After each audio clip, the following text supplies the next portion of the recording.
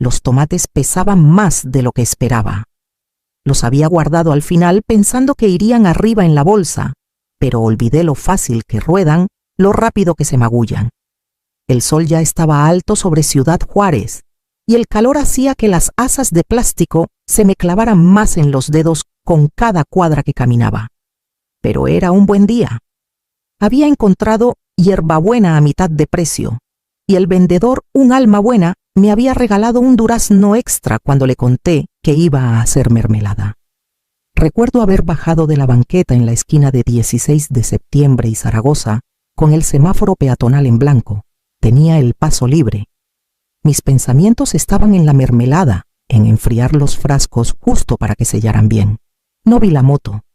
Solo escuché el zumbido agudo del motor y luego un crujido como madera seca al romperse. Y de pronto estaba en el suelo. Hubo gritos. Alguien se arrodilló a mi lado. No podía mover las piernas. Los tomates se habían reventado, y por un instante pensé que el rojo en mis brazos era de ellos. Pero era mío. Todo era mío. En la ambulancia entraba y salía del sueño. Las luces arriba parpadeaban como si dudaran en seguir encendidas. Una voz de mujer repetía: «Quédate despierta, señora. Ya casi llegamos». Quise decirle que estaba bien, solo cansada, pero las palabras no me salían. Cuando desperté, el cuarto olía a desinfectante y cloro. Tenía la boca seca y cada respiro raspaba como si algo afilado estuviera dentro de mí. Tubos salían de mis brazos hacia máquinas que pitaban en un ritmo lento constante. No podía sentarme.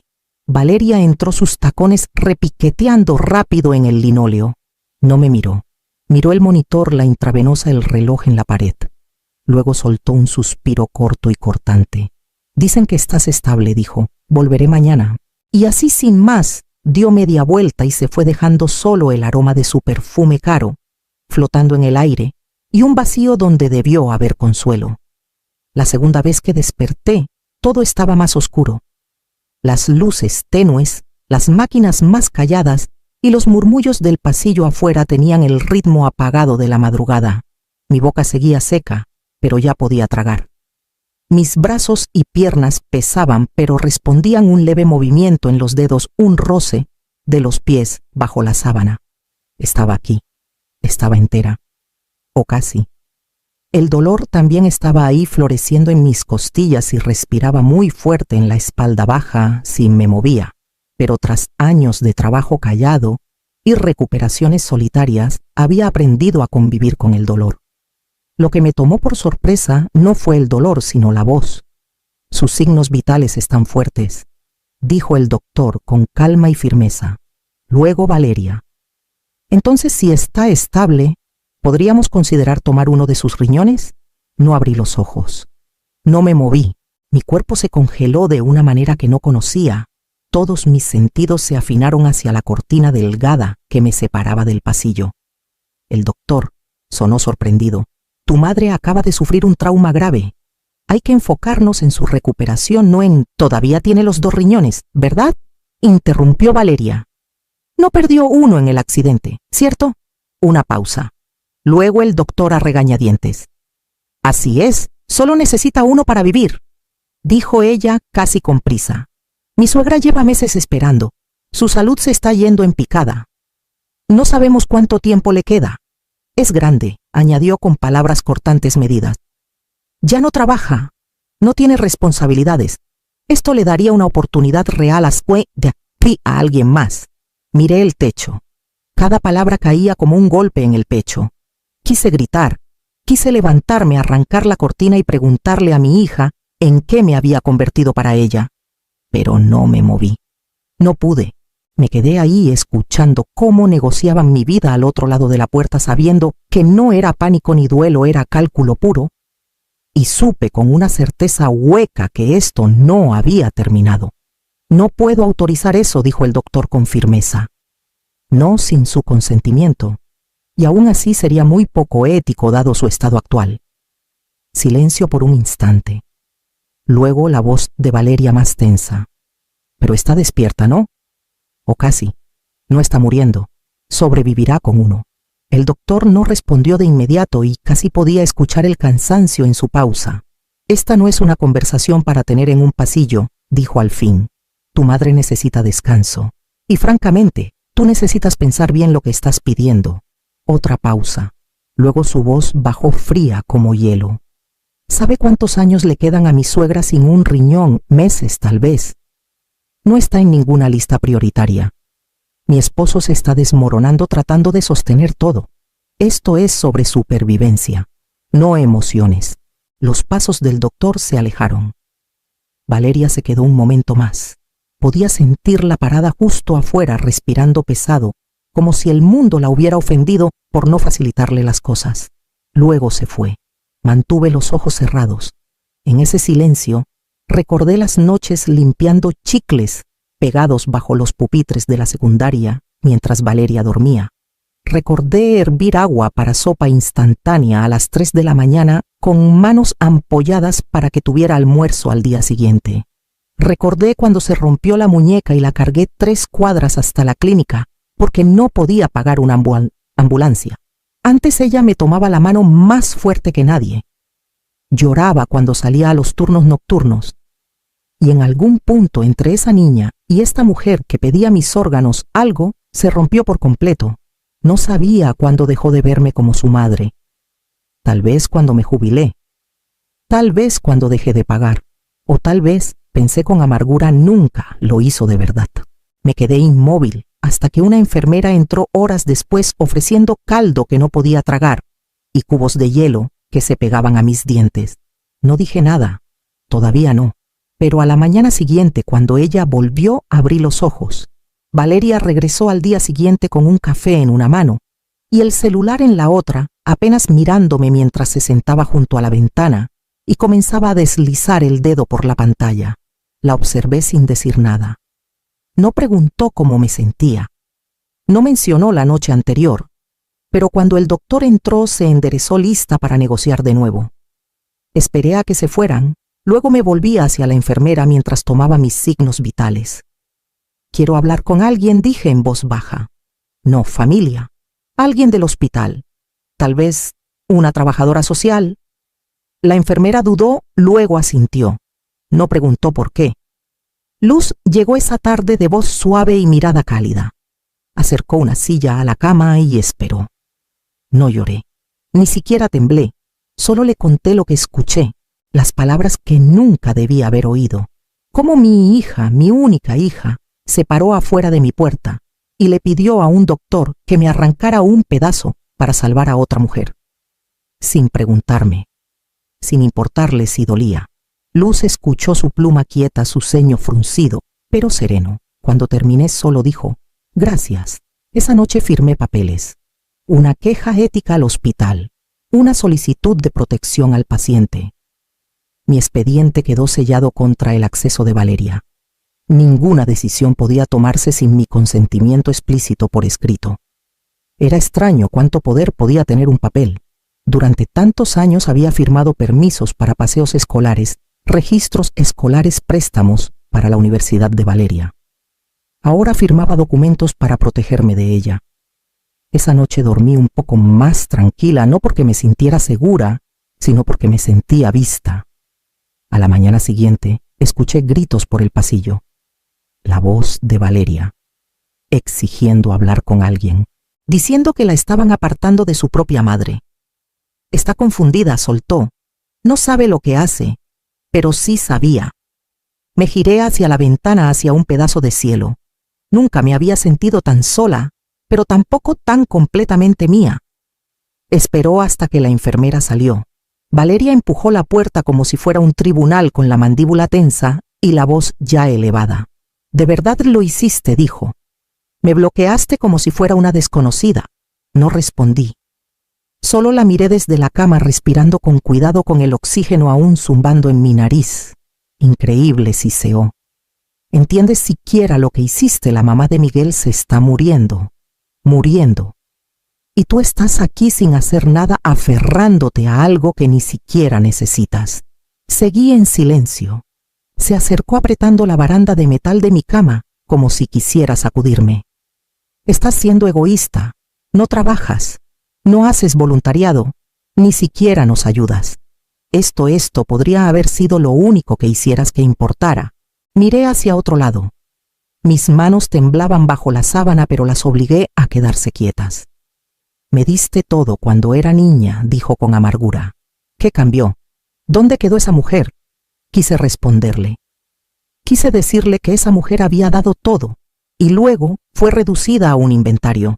Esa mujer había esperado bajo la lluvia para recogerla de la escuela, había saltado cenas para que su hija comiera, había limpiado baños de moteles y plazas hasta que su espalda no dio más. Esa mujer había criado a una hija que ya no veía a una persona solo un recurso, pero no dije nada. Porque no había forma de llegar a alguien que creía que el amor debía venir con condiciones. Esperó a que hablara. Como no lo hice, resopló y salió furiosa, sus tacones apuñalando el piso hasta el final del pasillo. La escuché maldecir en el vestíbulo. Esa noche giré la cara hacia la pared y lloré sin sonido. No por lo que dijo, sino porque finalmente entendí esto no era miedo, ni presión, ni desesperación. Ella había hecho sus cuentas, y yo no había dado el ancho. Los papeles de alta se firmaron un jueves por la mañana. Sin globos, sin flores, solo una enfermera de manos suaves y una carpeta de instrucciones. Luz había arreglado todo: transporte, vivienda, citas de seguimiento. Le agradecí más con la mirada que con palabras. La gratitud se me había vuelto más callada últimamente. El departamento era pequeño, 2 cuartos y una cocinita, pero tenía luz. Luz de verdad, que entraba por las persianas en líneas largas perdonadoras. Me senté en esa luz el primer día y escuché el silencio. Sin máquinas, sin discusiones, sin pasos impacientes. Bloqueé el número de Valeria antes de que la camioneta del hospital doblara la esquina. Una vecina, doña Carmen, vino ese fin de semana. Trajo una maceta de albahaca y un par de guantes. Dijo que el alféizar de la ventana recibía buen sol y que las plantas quieren un poco de plática. Sonreí por cortesía. Se quedó solo 10 minutos. Fue la primera paz que sentí en meses. Empecé a aprender a cuidar la albahaca, regarla por las mañanas, girar la maceta, podar las hojas justo arriba del nudo. Era extraño cómo algo tan pequeño podía vivir con tan poco, solo luz, aire y un poco de cuidado. No le conté a nadie a dónde me había ido, ni a primos, ni cartas, ni explicaciones. Dejé que mi ausencia hablara lo que mis palabras ya no podían. Cada noche me sentaba cerca de la ventana con una cobija sobre las piernas y veía la luz desvanecerse sobre los tejados. No extrañaba el ruido, no extrañaba el peso de ser necesitada por lo que podía dar en lugar de por quién era. Pasaron 3 meses así. Y luego una mañana, mientras revisaba el correo de la oficina de voluntarios, vi su nombre en un currículum. 3 años pueden pasar tan callados que no te das cuenta de cuánto de ti misma has regresado. Había empezado a ser voluntaria en la clínica unos días a la semana, tareas pequeñas en su mayoría. Archivar, saludar pacientes, regar las macetas que nadie más recordaba. No era gran cosa, pero llenaba los días en lugar de vaciarlos. Así me gustaba. Los miércoles ayudaba a clasificar solicitudes. Nuevos asistentes administrativos internos, trabajadores temporales, gente tratando de meter un pie en la puerta. Me había acostumbrado a leer nombres como si fueran el clima, vienen, van, se olvidan. Hasta que vi el suyo, Valeria Domínguez. Miré la hoja con la respiración entrecortada. La dirección era diferente, pero la letra en la carta de presentación era la misma. Todavía haciendo la G muy cerrada. Todavía firmando con un garigoleo como si quisiera compensar algo. Licenciatura en comunicación. Antes empleada en 2 empresas, ambas marcadas como contrato de corto plazo. Sin empleo actual. Sin referencias que reconociera. Solo unas frases sobre estar ansiosa por volver al trabajo significativo y apasionada por la equidad en la salud. Lo leí de nuevo más despacio. Las palabras eran profesionales, cuidadosas, seguras, pero lo que vi entre líneas era desesperación. No sabía que yo estaba aquí. No podía saberlo. No habría aplicado de haberlo sabido. Me quedé mucho tiempo con el papel en el regazo. Mi mano no tembló. No como antes, no como en esa cama de hospital. Había imaginado este momento de tantas formas, ella suplicando, pidiéndome perdón, fingiendo que nada pasó, pero nunca la imaginé entrando por esa puerta buscando un sueldo y encontrándome a mí. Caminé con el currículum por el pasillo hasta la oficina del director y pedí encargarme de la entrevista personalmente. Entró 5 minutos tarde batallando con una bolsa de cuero agrietada y una sonrisa tibia. Su cabello era más corto, ahora más oscuro en las raíces. Traía una blusa que había tenido mejores días y zapatos que no encajaban del todo con el piso de la oficina. Por un momento, sus ojos recorrieron la sala, pasaron por mí y siguieron de largo. No me reconoció, no de inmediato. Dije su nombre con suavidad, Valeria Domínguez. Me miró de nuevo más despacio. Su boca se entreabrió un poco y el cambio ocurrió de golpe como si una película se deslizara de su vista. Sus manos se tensaron alrededor de las asas de su bolsa. Mamá, no me inmuté. Toma asiento. Se sentó en la silla como si pudiera derrumbarse bajo su peso. Estoy a cargo de la entrevista de hoy, dije. Mi voz era firme, practicada. Empecemos. Abrió la boca, tal vez para disculparse, tal vez para protestar, pero levanté una mano suave pero firme. Mencionaste experiencia con programación de citas. Tuviste un puesto en Asociados Piedra Blanca. Correcto, asintió. Eso fue... no duró. Hubo recortes. Pasé a la segunda página. Y aquí escribiste que te apasiona el acceso a la salud. Que te importa que las familias sean escuchadas. Tragó saliva. Sí, dejé el papel a un lado. Entonces déjame preguntarte, Valeria, dije, aún tranquila, aún medida. ¿Qué quisiste decir exactamente cuando le dijiste a un doctor que tu madre ya estaba grande de todos modos? Sus ojos se llenaron, pero no cayeron lágrimas. No estaba pensando, sí estabas, interrumpí. Estabas pensando con mucha claridad. Pensaste que no podía escucharte. Pero lo hice, cada palabra. Bajó la cabeza en silencio. Me incliné hacia adelante juntando las manos. No estoy aquí para hacerte suplicar, ni siquiera para hacerte entender. Solo quiero que estés en esta sala y sepas que no desaparecí. No morí. No me desvanecí como asumiste que lo haría. Me miró entonces, de verdad me miró. El shock se había ido. Lo que quedó fue vergüenza, y la dejé quedarse ahí entre nosotras mientras me levantaba y abría la puerta. No se fue de inmediato. Me siguió al pasillo aferrando su bolsa como si pudiera anclarla. Su voz salió suave e insegura como cuando se raspaba la rodilla de niña. Por favor, mamá, podemos hablar. Me detuve, pero no me giré. Murió, dijo detrás de mí. La mamá de Miguel. 1 año después de eso, el trasplante nunca llegó. No dije nada. El aire entre nosotras no era silencio, era memoria densa y precisa. Tenía miedo, continuó. Todo se estaba derrumbando. Nos ahogábamos en deudas médicas. Pensé que si podías ayudar, si tan solo no me preguntaste. Dije enfrentándola ahora. Tomaste la decisión por mí. Te paraste en un pasillo y decidiste que mi cuerpo era una solución. Y lo llamaste amor. Se estremeció. No quise. Quisiste cada palabra, dije. Pusiste mis años en una balanza contra los de ella y elegiste los de ella. No me viste como madre ni como persona, solo como donante. Algo caduco pero aún útil. Sus ojos se llenaron, pero los míos se mantuvieron firmes. Pagué renta por esa decisión, dije.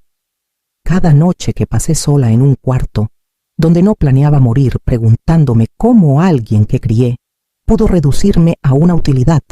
Valeria dio un paso adelante. Lo siento, de verdad. He perdido todo. Miguel se fue. No he tenido trabajo en más de 1 año. Estoy intentando. Estudié su rostro, el mismo rostro que alguna vez sostuve con ambas manos, el que sequé de lágrimas, el que me desveló por preocupaciones. Luego hablé suave e inquebrantable. Hiciste tu elección. Yo viví con ella. Ahora te toca a ti. Me alejé antes de que pudiera hablar de nuevo. No me siguió. Y a la mañana siguiente entregué los papeles finales para cambiar mi nombre. El cambio de nombre llegó en un sobre sencillo, doblado junto a un certificado sellado. Pasé los dedos por él una vez lenta y segura. Maris Echeverría. El nombre de mi abuela, la mujer que me crió con manos calladas y silencios firmes. La mujer que me enseñó a coser mis propios dobladillos y a nunca explicar mi valor. Aún no lo había dicho en voz alta, pero se asentó en mí como si siempre hubiera estado esperando. Esa misma semana llegó una carta de la Junta de la clínica. Estaban implementando una nueva política interna protección para pacientes mayores en situaciones médicas vulnerables, especialmente aquellos sin defensores fuertes. La llamaron el Protocolo Echeverría. No lloré al leerlo. Solo doblé la carta y la guardé junto al certificado de mi nombre. A veces el reconocimiento no necesita aplausos. A veces solo necesita escribirse, sellarse y entregarse. La albahaca en mi alféizar comenzó a florecer con pequeñas flores blancas estirándose hacia el sol de la tarde. Las podé con cuidado. El aroma era fuerte, más intenso que antes. Me incliné, lo respiré. El crecimiento tiene su propio lenguaje y no pide permiso para regresar. Abajo alguien tocaba un piano desafinado. 2 teclas muy bajas, una demasiado aguda. Pero la melodía aún se sostenía. Me recosté con un té tibio enfriándose en mis manos y dejé que el silencio se asentara sin dolor. Por primera vez en años, mi nombre no se sentía como un peso ni un recordatorio. Se sentía mío. No sabía si Valeria intentaría encontrarme de nuevo. No sabía si debería. Pero sabía esto: la historia que ella intentó terminar no había acabado. Yo seguía aquí. Seguía eligiendo. Seguía creciendo.